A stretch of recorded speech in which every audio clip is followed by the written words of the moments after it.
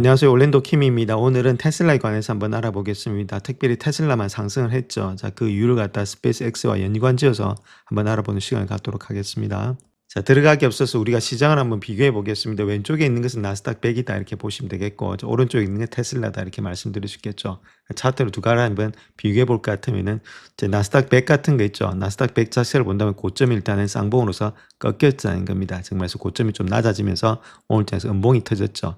자, 그에 반해서 지금 이제 테슬라 같은 경우는 일단 고점이 그대로 됐고요. 오늘 장에서 돌이 올라가고 있었습니다. 지금 나는 내려갔는데 대부분 주식 다 내려갔는데 기술주에서 특별히 테슬라만 올라갔다. 자, 또 왜 이런 현상이 나타나고 있는지 우리가 봐야 되겠고 좀 다르다는 거죠. 다른 거와 다르게 여기는 지금 이제 내려가는 시장, 근데 고점이 낮아지고 있고 여기는 고점은 그대로인데 그럼에도 불구하고 올라가는 시장이다. 하나는 내려갔고 하나는 올라갔는데 그 이유가 어디 있는지 한번 알아봐야 되겠고 다 기술주가 폭락하고 있는 중에서 올라갔다는 거겠죠. 그렇다면 어떤 식으로 해서 이 안에 백그라운드가 어떤 것이 있었는지 자 거기에 대해서 한번 알아보겠습니다. 자, 그뿐만이 아니죠. 밸류에이션 자체도 지금 279배를 받고 있다는 겁니다. 엔비디아 37배, 마소가 29배, 메타가 25배, 구글이 29배, 그다음 아마존이 31배다. 그렇기 때문에 막대하죠. 이 정도를 일단 밸류에이션 받고 있음에도 불구하고 주가가 달리고 있다. 조금 의문스럽다. 어디에 포커스를 맞춰야 될지 한번 알아보겠습니다. 자, 스페이스X와 더불어서 테슬라에 있어서의 밸류에이션 주가 상관관계 그리고 합병 시나리오에 대해서 말씀드리겠습니다. 자, 어떤 식으로 일단 스페이스X와 테슬라의 재정적인 연결고리가 어떻게 되고 있는지, 그 다음에 X홀딩스 이런 데 합병 가능성, 여기 시장이 미칠 영향이 어떻게 되고 있는지 자, 거기에 대해서 한번 살펴보겠습니다. 자, 다음 요 차트 하나 보시게 되면 테슬라 주가와 더불어서 스페이스X 간의 마일스톤의 상관관계 있죠. 뭐 주가하고 상관이 없으면 우리가 스페이스X 볼 필요 없겠죠. 자, 일론 머스크의 리스크라든지 프리미엄 같은 거 있죠. 자, 머스크의 프리미엄 이런 두 기업에 동시에 작용이 되고 있는데, 자, 특별히 스페이스X의 기술적 도약 자체가 테슬라의 브랜드 가치라든지 주가에 긍정적인 후광 효과를 주는지 아니면 경영진의 주의 분산을 해서 작용되는지 자, 그런 것들 데이터를 통해서 우리가 살펴봐야 되는데, 자, 우리가 지금 이제 스페이스X가 테슬라 주가하고 아무 관계가 없다면 이런 거 필요 없죠. 자, 근데 상당히 많은 연관관계가 있다는 겁니다. 그래서 이거 보시게 되면 첫 번째가 아무래도 첫 번째 일단 비행할 때 있죠. 스타링크가 런치됐을 때. 자, 그때부터 시작해서 밑에 있는 것은 주가입니다. 주가.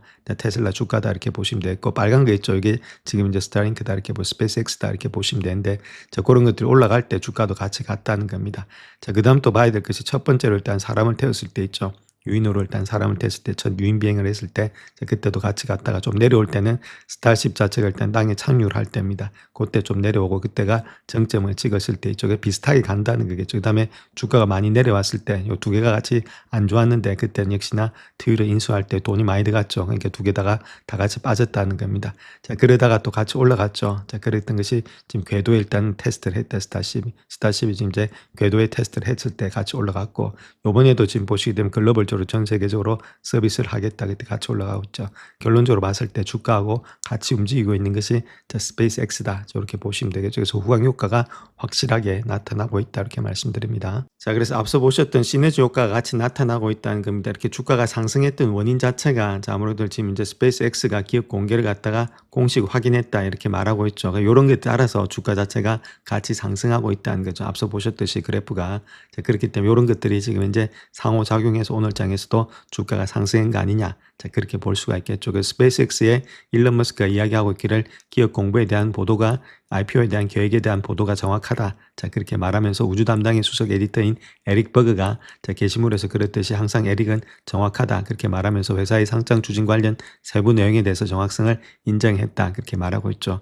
스페이스X가 조만간에 상장할 것으로 전망이 되고 있고, 자, IPO로부터 시작해서 우주 기반의 데이터 센터, 달 위성 공장, 그다음 AI 통합 프로젝트에서 필요한 300억 달러 이상의 자본이 조달될 수 있을 것으로 보여지고 있다. 저 그렇게 이야기를 했죠. 그러니까 이런 것들이 지금 이제 오늘 장의 주가의 상승 원인이 되고 있다는 겁니다. 앞서 보셨듯이 이런 것들이 가니까 결론적으로 주가도 같이 따라오고 있다 이렇게 말씀을 드립니다.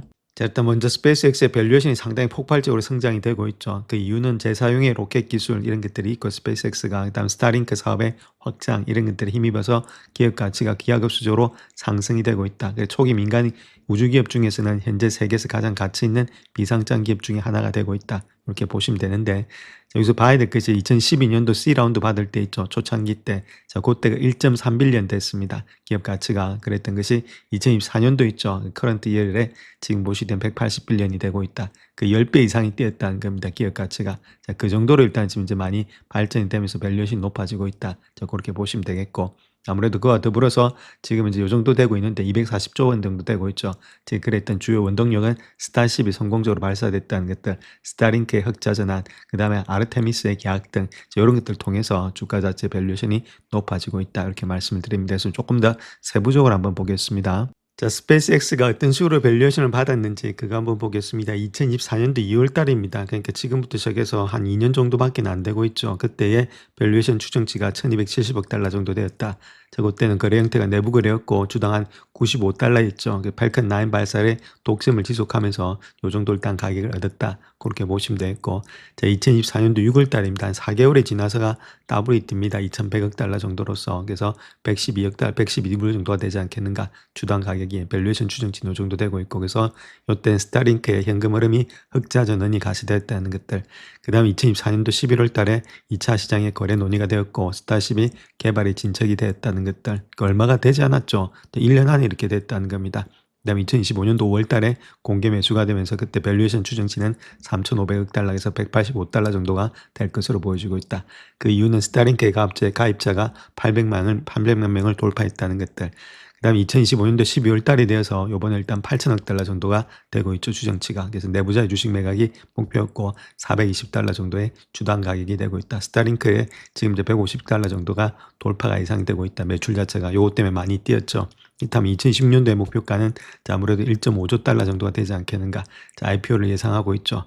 그다음 요때가 8천억 달러가 420달러 정도 됐으니까 1.5조 달러 정도 되면 적어도 2배인 한 840억 달러, 840불 정도는 되지 않겠는가. 그렇게 볼 수가 있겠죠. 그거는 우주 데이터 센터라든지 화성 프로젝트 가시화 때문이다. 이렇게 말씀을 드립니다. 자, 그렇다면 스페이스X의 미래 수익 구조는 아무래도 스타링크로 부상이 되겠다 이렇게 말씀드릴 수 있는데 합병의 논의 핵심에는 스페이스X의 캐시카우가 되고 있는 스타링크가 있다는 거죠. 로켓 발사의 수익을 넘어서는 통신 수익 자체는 테슬라와의 통합 시 재무적인 안정성에 크게 기여할 수 있다. 이렇게 보시면 되는데 요때서 보시면 2022년도부터 시작해서 로켓 발사를 본다면 한 2.5 정도 되고 있고 스타링크는 뭐 별로 없었죠. 얼마만큼 되지가 않았는데 지금 요때보다 시작해서 2020년도 돼서는 스타링크가 25나 되고 있고 지금 이제 로켓 발사는 6밖에 되지 않고 있다. 그만큼 지금 이제 스타링크에서 수익이 많이 창출이 되고 있다. 이렇게 밝히고 있습니다. 자, 그렇다면 우리가 조금 더 큰 그림으로서 한번 본다면 잠재적인 합병 시나리오, X홀딩스라 대해서 한번 보겠습니다. 지주회사 있죠. 그래서 아무래도 머스크가 구성하고 있는 슈퍼앱 X, 그 다음 에너지 운송 우주를 이끄는 거대한 지수회사 구조인데 이러한 구조가 실현될 경우에는 테슬라 주주는 스페이스X의 성장을 갖다 간접적으로 향유할 수 있다. 이렇게 말하고 있는데 그래서 네 가지로 일단 구분할 수가 있겠죠. 테슬라의 지금 에너지, EV, 일렉트릭 비어클, 그 다음 우주통신의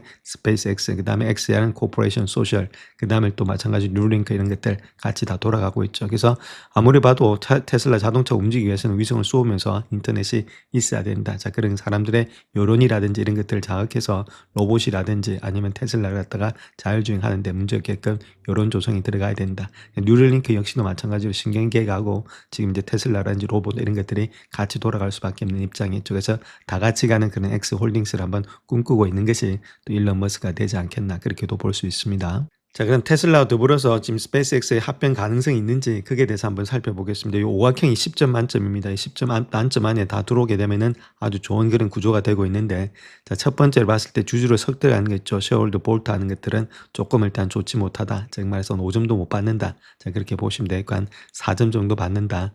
자, 그 다음 재무적인 시너지 효과는 상당히 좋다. 한 8점 정도 받는다. 이렇게 보시면 되겠고 브랜드 통합하는 것들 봤을 때도 한 중간적으로 한 6점 정도 받는다. 그 다음 기술을 공유하는 이런 것들은 뭐 9점까지도 된다. 자, 그만큼 기술 공유가 많다는 겁니다. 규제 장복 이런 것들도 많이 리스크가 일단은 풀릴 것이다. 자, 그런 것들이 되는데 아무래도 주주를 설득하는 데는 조금은 실현 가능성이 좀 없진 않나. 왜냐면은 지금 이제 스페이스X는 잘 나가고 있고 테슬라 같은 경우에 있어서는 조금 고평가되고 있으니까 뭐 그런 점이 있겠죠. 그런 것들. 자, 그래서 합병의 장성 요인으로 본다면은 경영 효율성, 자본 조달의 용이성이 있다. 장애 요인은 독점 규제라든지 주주 이익의 상충이 된다는 것들. 자, 그런 것들이 좀 있지 않겠는가 그렇게 보여지고 있고, 합병 시 예상되는 시너지라든지 리스크 이런 것들은 테슬라의 제조 기술, 그다음에 스페이스X의 소재 간의 공학 간의 시너지, 인재풀 공유를 통한 R&D 효과 이런 것들이 있을 수 있고, 자본 조달 비용 이런 것들이 감소가 되겠죠. 통합된 현금 흐름을 통해서 외부 자금 조달의 의존도를 감소시키면서 신용 등급의 안정화의 가능성이 있다.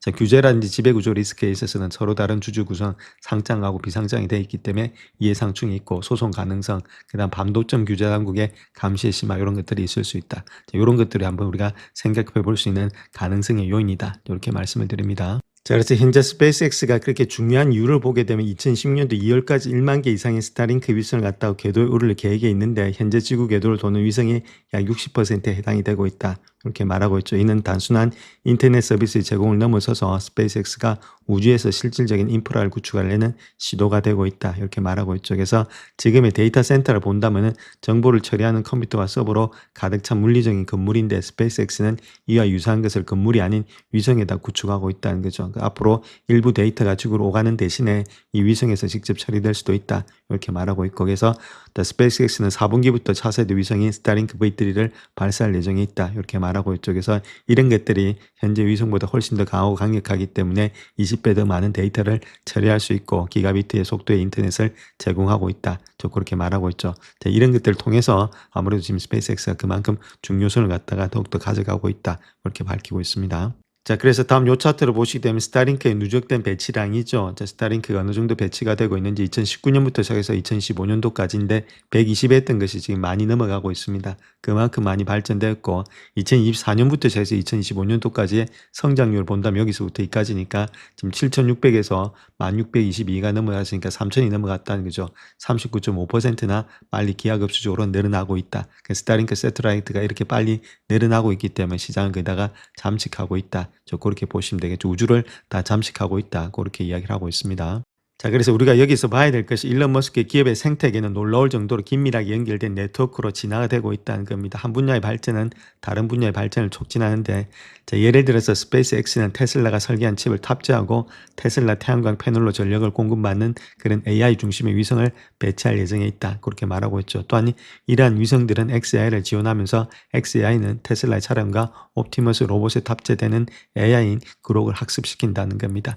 또 그래서 스타링크를 통해서 항상 연결되어 있다. 그렇게 밝히고 있고, 스페이스X가 우주 기반의 데이터 센터에서 막대한 수익을 창출하고 스타링크를 통해서 더욱더 성장함에 따라서 이러한 자금은 옵티머스 로봇 그리고 궁극적으로는 인간과 테슬라 차량을 화성에 보내는 데 계획을 가속화할 것으로 보여지고 있다. 그렇게 말하고 있고, 특별히 스페이스X는 화성 주위에 있는 마스링크라는 그런 전용 위성군을 구축해서 지구에서 스타링크가 제공한 그 같은 전 세계적인 인터넷을 연결할 것으로 예측이 되고 있다. 그렇게 말하고 있죠. 그래서 아직까지 이런 것들의 시너지는 빠르게 증가되고 있는데 대부분의 사람들은 이를 제대로 인식하지 못하는 것 같다. 그렇게 말하고 있습니다.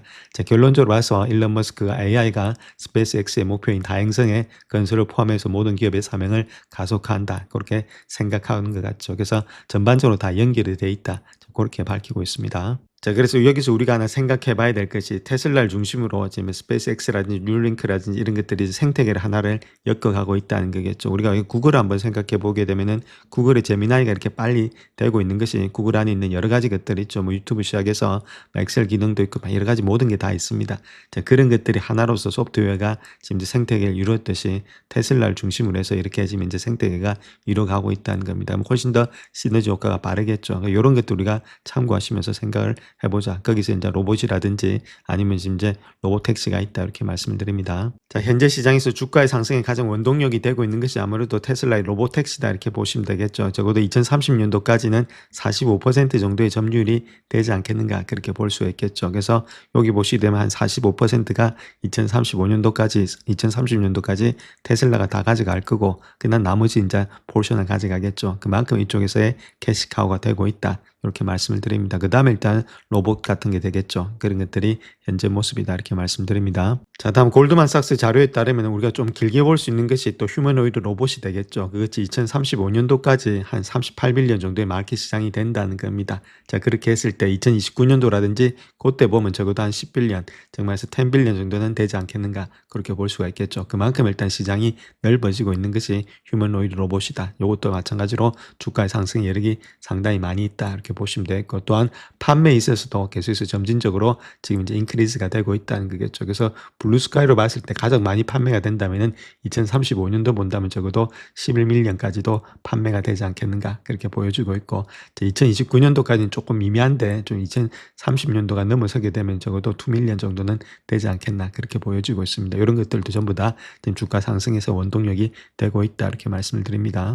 자, 그래서 테슬라 차트 한번 보겠습니다. 상당히 일단 매수세가 강하다는 이야기가 되고 있고 지금 직전 고점까지 와 있죠. 물론 눌릴 수도 있고 아무래도 지금 시장 장세가 안 좋기 때문에 자, 그럼에도 불구하고 주가 자체는 그렇게 많이 눌리진 않을 것으로 보여지고 있다. 자, 눌린다 하더라도 요 밑에 있죠. 저 고라인대에서 바로바로 반등이 나올 것이다. 400만 밑으로 떨어지면 바로바로 반등이 나오니까 주가 자체 여기서부터 뭐 급나간다. 자, 그렇게 보진 않습니다. 자, 그런 가운데 있고 또 급격하게 또 고점을 돌파할 수도 있겠죠. 그런 가운데이기 때문에 좀 길게 보시면서 빠질 때마다 담으셔서 장기적으로 들고 가는 것이 가장 바람직하다. 저렇게 말씀을 드리겠습니다. 영상을 끝까지 시청해 주셔서 감사합니다. 영상이 도움이 되셨다면 구독과 좋아요 부탁드립니다. 감사합니다.